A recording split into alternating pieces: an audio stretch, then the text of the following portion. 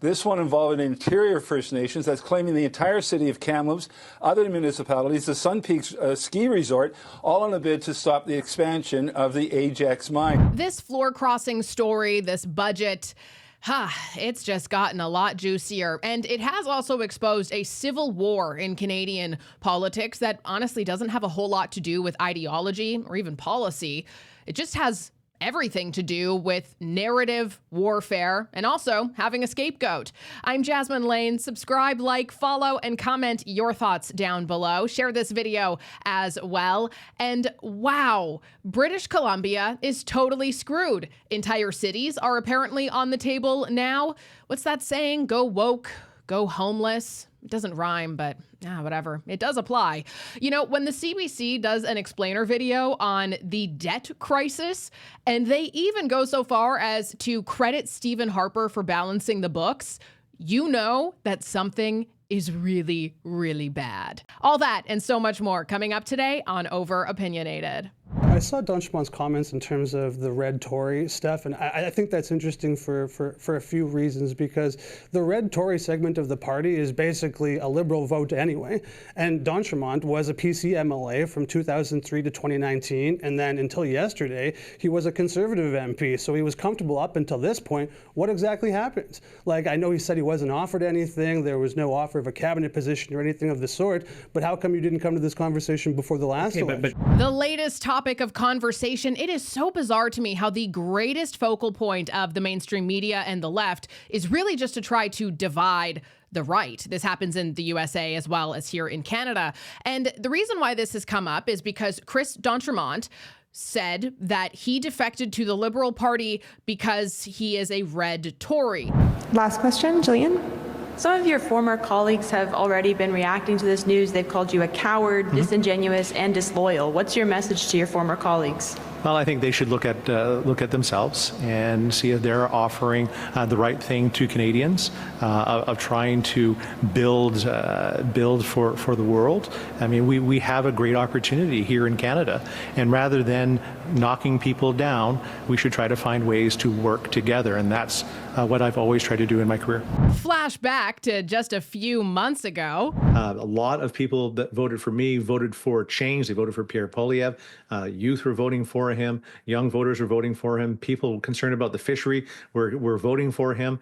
And I think getting rid of him would be the bad message, that the message that we've been trying to put, that we need change in Canada, in Nova Scotia, that it can be done by a Pierre Poilievre government. But despite all of that, which makes absolutely no sense at all, red Toryism is the reason why allegedly he crossed the floor. It's like the moral hall pass that anybody who's a conservative can get if they want to cross the floor, because, wow, the conservatives are just way too far right and radical over there with all of their crazy, very center-leaning ideas, which would in theory be red Toryism, but okay. And you know what? As much as this is a loss for the Conservative Party in terms of there just being another round of smears to go against them, in terms of the Liberals being that much closer to a majority, which would be absolutely devastating for our future, at the end of the day, you do have to cut the grass to expose the snakes. I know I say that all the time, but I'm like, okay, good riddance. Peace out, dude. Like, obviously you're not legitimate. What are you conserving?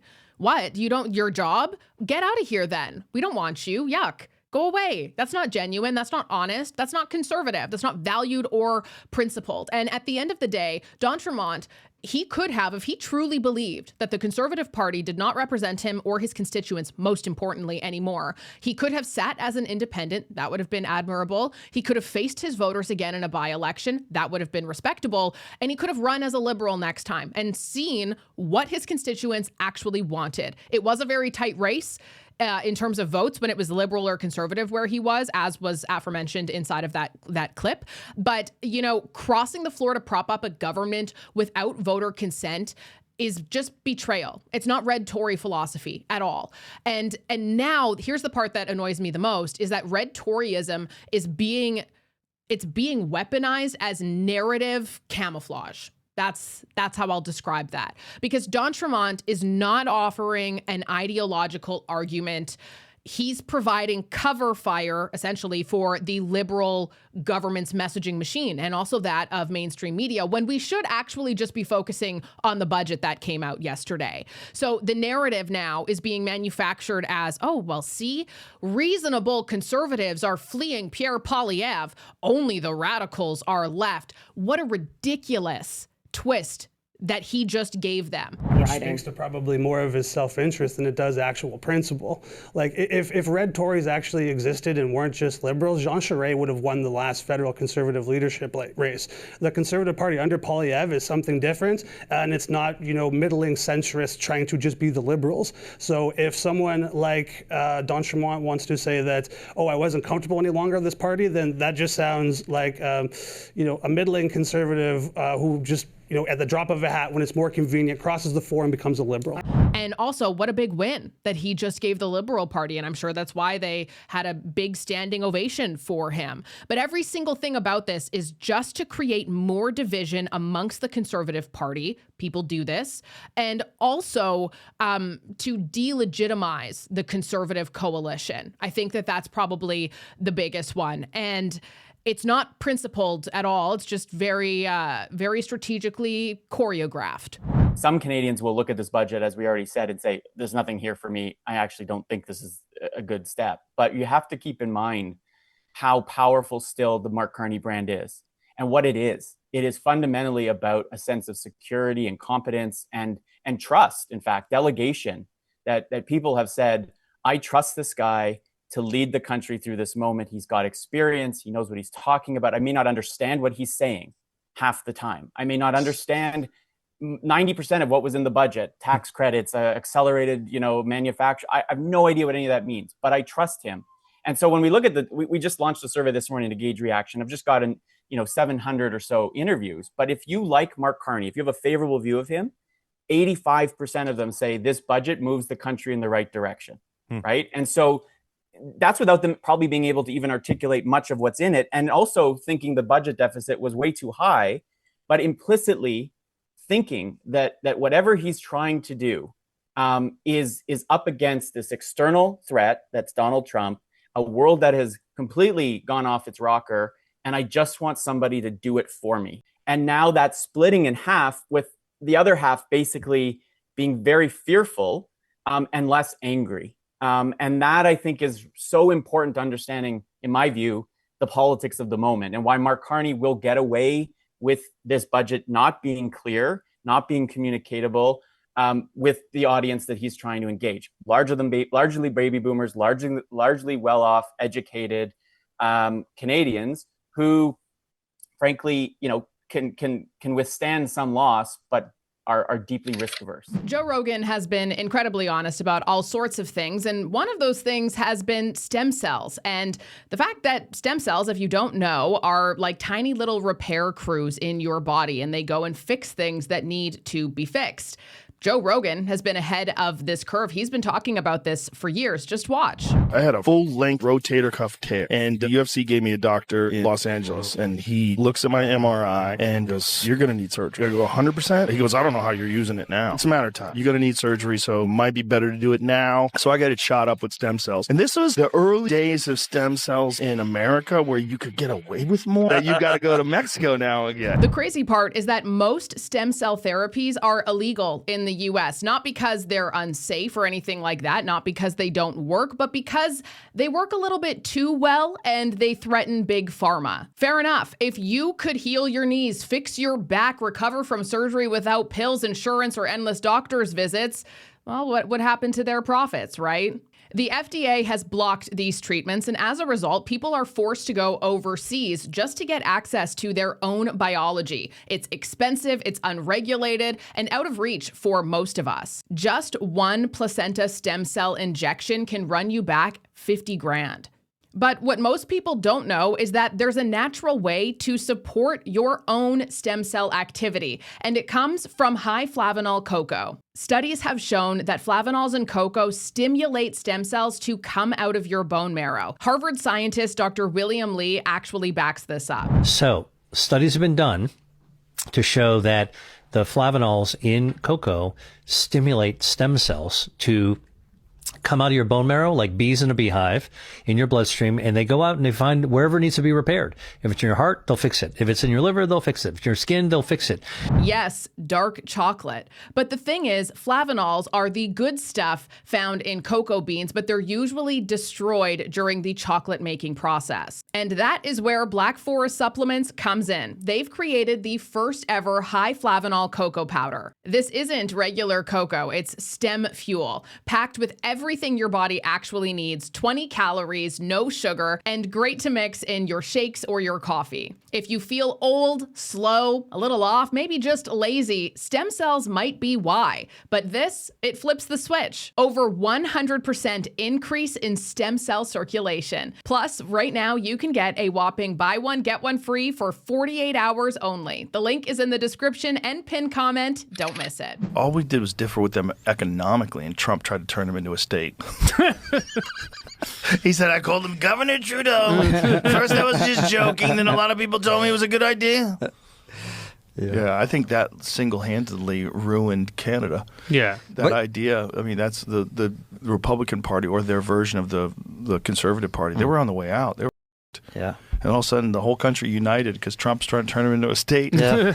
Poilievre has got to be angry about that shit, man. He has to be so mad. He was logical and reasonable, and everybody's like, let's try that for a while. Yeah. Do you know what? That was the ultimate block. The one thing about Joe Rogan's comments here that is just so loud when I hear them is it really shows how fragile Canada's information environment is. And there's a lot of reasons for that, because one external narrative of 51st state was enough to override economic collapse, to override corruption, frozen bank accounts, public anger. None of that is Trump's fault.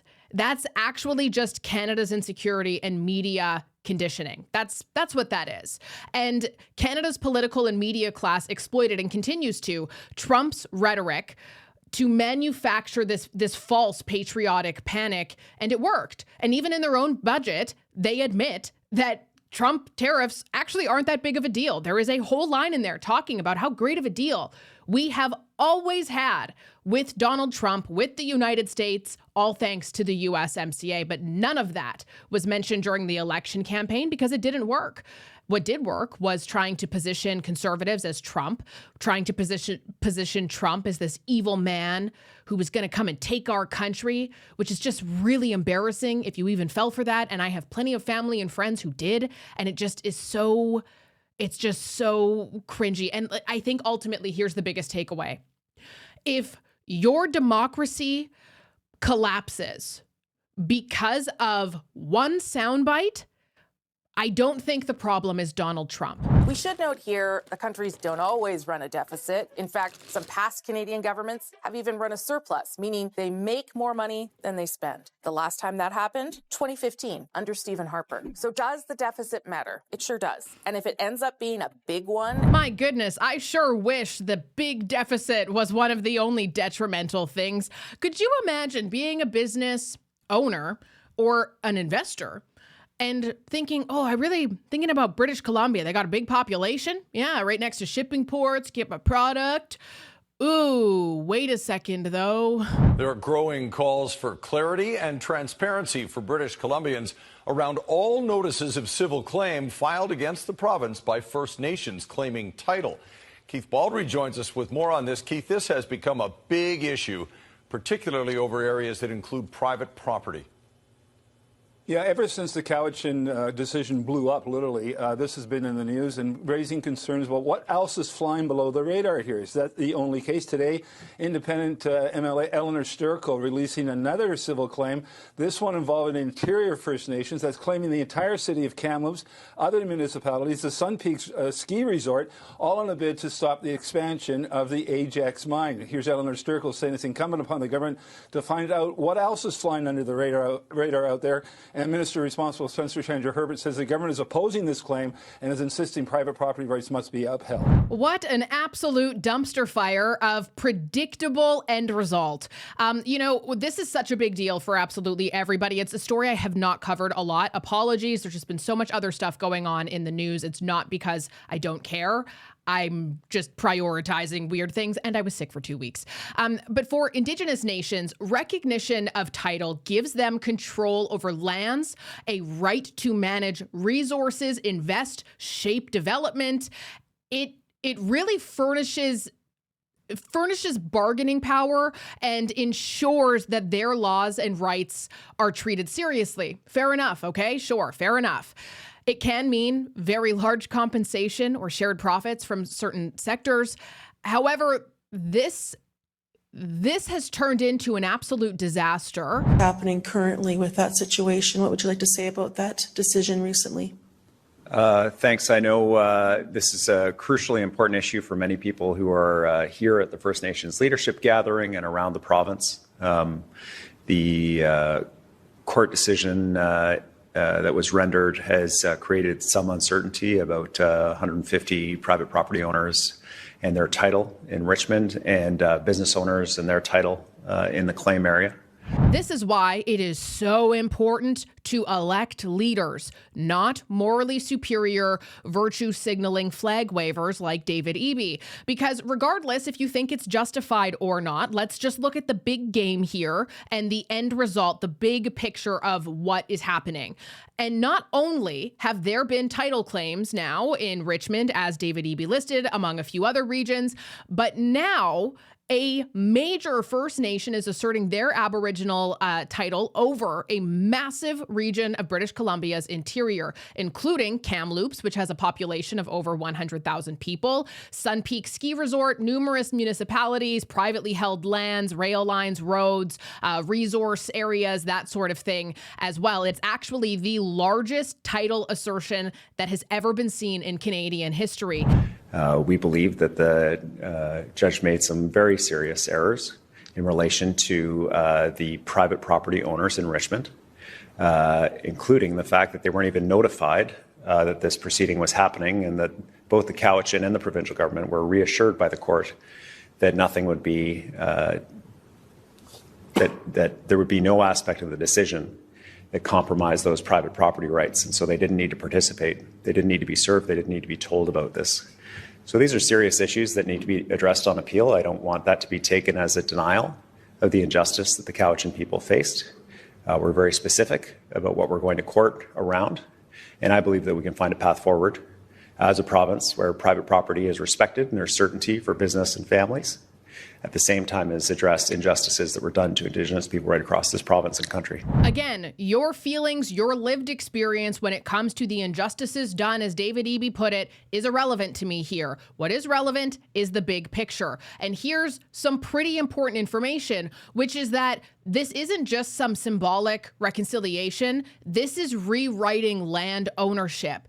And the Aboriginal title in this ruling suggests that it can supersede free, simple ownership, which is a foundational pillar of property rights.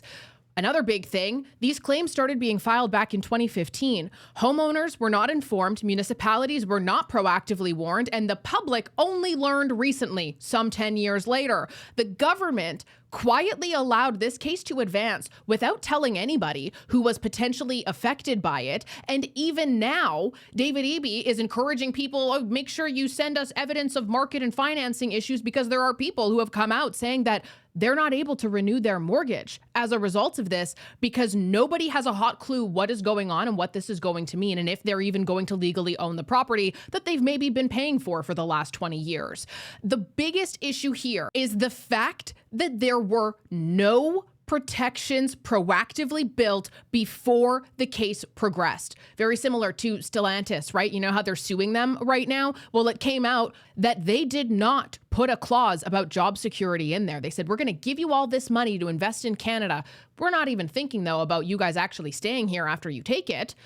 It's complete incompetence, complete oversight of something so easy to do to ensure that it would be done correctly if that is the path that you're going to go down. Keith, I'm sure the Kamloops court action is a bit of a surprise to a lot of people. How long has that been going on?